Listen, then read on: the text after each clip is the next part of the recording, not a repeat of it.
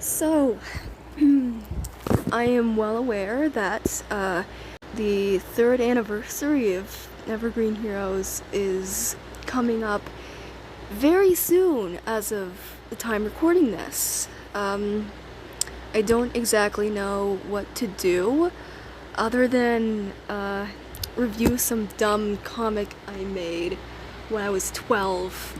That was like probably almost 4 years ago as of right now. That ended up being the the inspiration for me to create Evergreen Heroes in the first place. So this comic here is essentially the what Evergreen Heroes was rebooted into.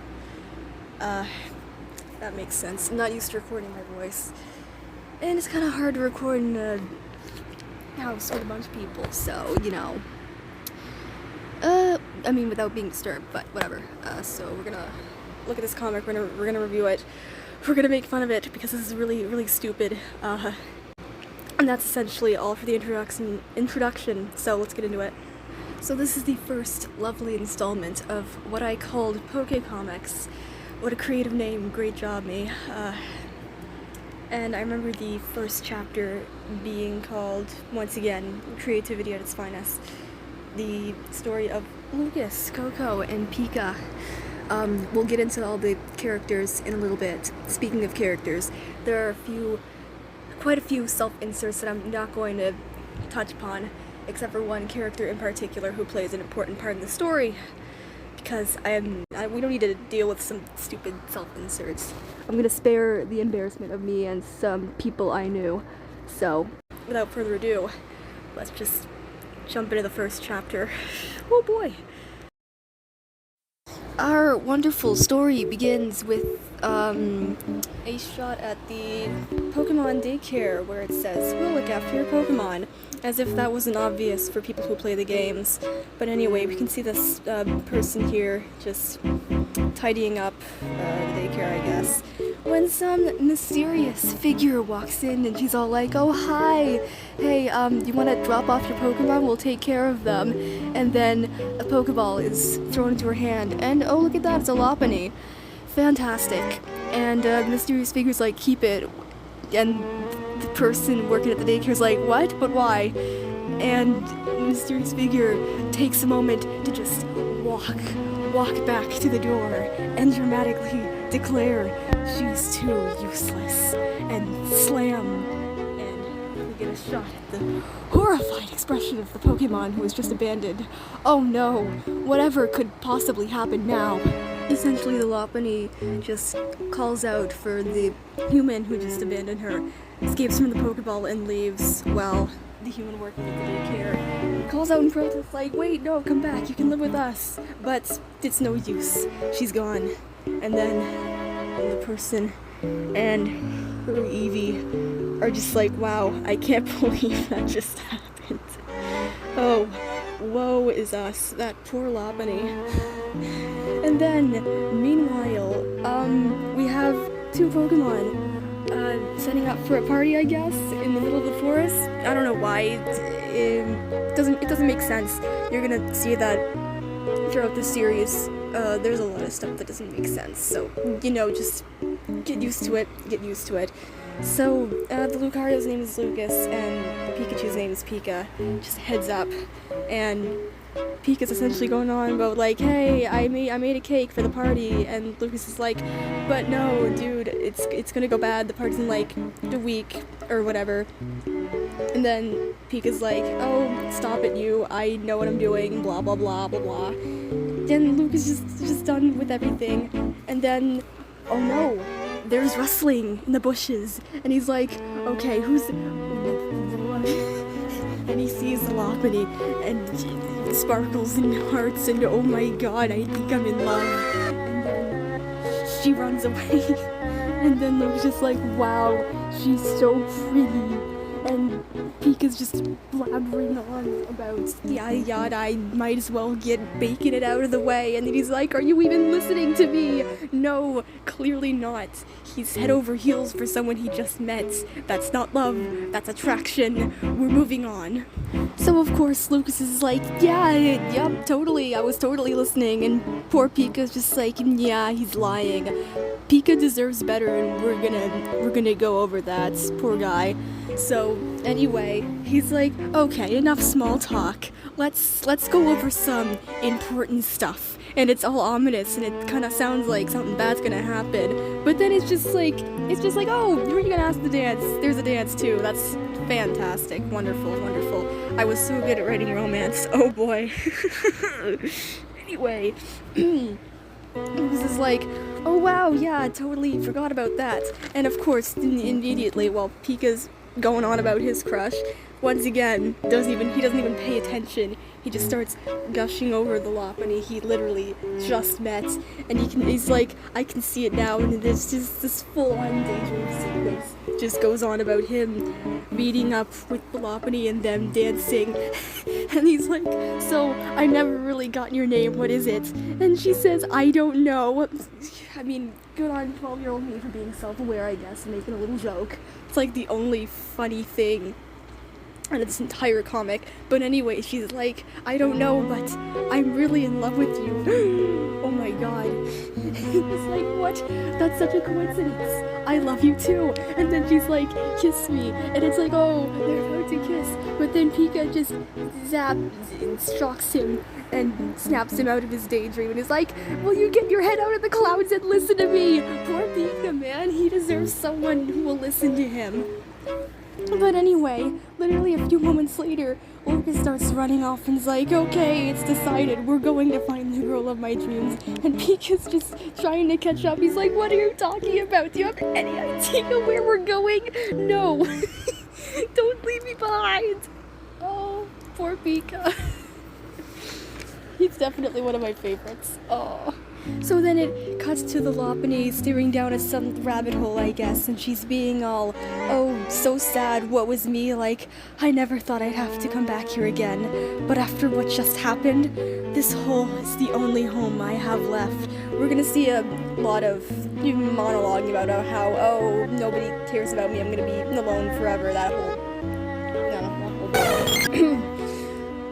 we're gonna see a lot of that, so fun, sympathetic character, I guess. But anyway, Lucas and Pika finally get to her, and he's like, oh my gosh, I've been looking all over for you. And of course, the Lopunny's very surprised. She's like, wait, really? You're looking for me? And he's like, yeah, look, I gotta ask you two things. Just two things. First of all, what's your name? And then she's like, oh, my name is Coco. So the Lopunny's name is Coco. So we have our cast of 3 main characters, which is okay, cool.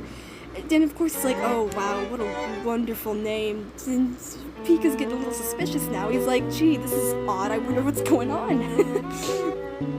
And he's like, okay, second of all, we're gonna have a party next week, there's gonna be a dance, and I think you're really sweet and kind and cute and lovable.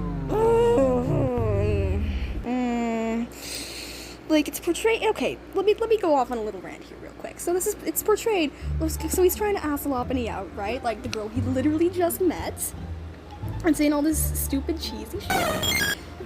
Then it's portrayed as like, oh, he's so nervous, it's like, give him a chance, you know? And of course, Coco's really into it, she's like, oh, wait, he wants to go out with me? Oh my god. But realistically, if someone, like, went up to you and is like, okay, what's your name? Second of all, I think you're really pretty, you're really sweet, and yada yada yada, you literally do not know this person at all. And it's like, you want to go out with me and being all touchy and... This isn't cute, this is creepy, is what I'm trying to say. It's pretty creepy. I would be alarmed, I would be afraid, yeah, whatever, but they both clearly like each other now, which, again, they literally just met, but you know what, whatever, none of this makes sense, but we're moving on. So anyway, Coco's all like, oh my gosh, I can't believe he'd actually want to dance with, hey, wait a minute, this is my chance, and we'll get into that in just a second. But so she's trying to get his name now, and she's like, what's your name? So they're introducing themselves, and then that's when a light bulb goes off, because Heidi like, oh, you're in love. What? And of course, Lucas tries to deny, like, what, are you out of your mind? Pika's just like, oh, it's so obvious, starts listing off all the reasons, like, oh yeah, he's totally into her. It's like, so clearly you were nervous, you were stammering to her, yada yada, and you must have been daydreaming about her because you weren't paying attention to me twice, so it's okay, so I guess this isn't a normal thing that happens, but still, Pika deserves better. And then he's like, okay, yeah, you're trying to hold her hand. Again, probably shouldn't do that to someone you just met. But anyway, she's like, no, I'm not in love, so shut up. And then he's like, okay, you know what? Let's put something to the test over here. Like, it's time for the ultimate test to see if he really does have feelings. So Pika shoots a thunderbolt at the both of them. So of course, Lucas dives out of the way and it shoves her out of the way of the attack. I also need to point out here how badly the feet were drawn here. It looks like he broke something. So, oof. And then, oh, wow. Looks like Lucas isn't just after a dance, if you get what I mean. Hey, yo, what the fuck? Thankfully, Pika interrupts before they can get in the mood. He's like, yeah, I got more proof, let's go. And he's like, Lucas is like, what is wrong with you? Why would you do that? And Coco's just off to the side like, okay, this is awkward. So then Pika goes on like, oh, you wouldn't normally protect somebody about to get hit by my thunderbolt, but you totally protected her without a moment's hesitation when you just met her. So it's love at first sight for you, ha! And he's like, oh no, well, I'm screwed. And Pika just starts teasing him, like, skipping around, going like, you love her, yeah. And he's like, no, don't. And so then he starts going on like, oh come on, how could you let her get harmed? Like, come on, bruh, boy. And then he just starts going on about how she looks, and it's like, I can't even say it without cringing. It's so cheesy and it's so dumb. And again, it's it's creepy. Stop being a creep, man. You just met her. When in Pika's point of view, there was no soul behind those eyes. Guys, Coco is secretly a monster. not a soul behind those eyes. So he's like, no, she's scary. It looks like he's dabbing. And it's like, and then so then Coco starts going on about like, oh no, my trainer abandoned me, and it's like, she's gone now. And she's like, it seems like everyone thinks of me as weak or useless or something else. She's like, I need your help, there's a tournament going on, and if I win it, everyone will finally notice me, because that's how it works. I mean, sure, I guess if you win a tournament, you know, people will respect you, but other than that, it's like, I mean, self-esteem shouldn't have to revolve around winning a tournament. It's like, bro, you just need some better friends, really. And I'm just like, but if I fail, nobody will notice me, and I shall be alone forever. It's like, alright. And, anyway. Starts begging, like, oh, please, I need your help, please. And Pika's like, no, don't cry, please, I don't need to deal with that shit. But of course, Lucas is like, hey, don't worry about it, we'll help you. He doesn't even go to Pika and is like, hey, you wanna help out, or should I just do it on my own? He's like, no, you're coming with me, man. I'm dragging you into this entire situation. Once again, Pika deserves better. And Coco's like, oh, thank you. You have no idea how much this means to me. And they stare at each other lovingly, and Pika's just peeking out over there, and he's like, well, I guess I'm third wheel now. And Coco's like, well, what are we waiting for? Let's go. And of course, they're leaving Pika behind again, like, no, wait for me. Oh, I feel so bad for this guy. So anyway, Cuts to the stadium where the tournament's gonna take place, and Coco's like, oh, well, here we are, and Pika's like, oh, nice place. And there's a pause, and he's like, so, now what? It's like, and Coco's like, well, the tournament's a week away, right? So we have to train, and he's like, oh, well, duh, no shit.